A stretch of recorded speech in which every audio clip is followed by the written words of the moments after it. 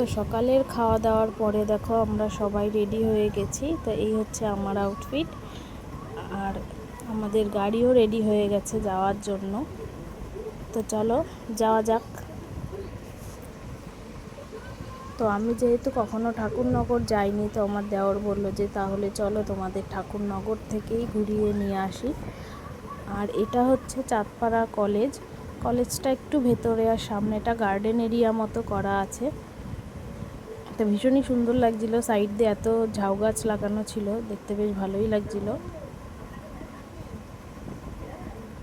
তো চলো তোমরা দেখতে থাকো। তো দেখতে দেখতে এই যে চলে আসলাম ঠাকুরনগর। তো বেশ ভালোই লাগলো মন্দিরটা।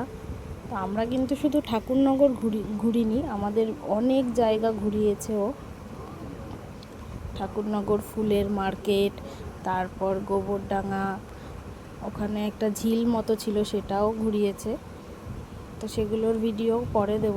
তো এই যে আমরা একটু ঠাকুর দর্শনও করে নিলাম।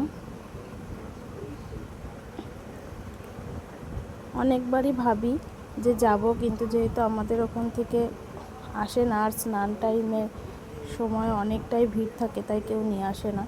এই যে পাপা যাচ্ছে ঠাকুর প্রণাম করতে। আর সামনেটা দেখো কি সুন্দর সবুজ মাঠ, একদম ঘাসে ভর্তি। সামনেটাই ছিল রেল লাইন, ভীষণ ভালো লাগছিল দেখতে।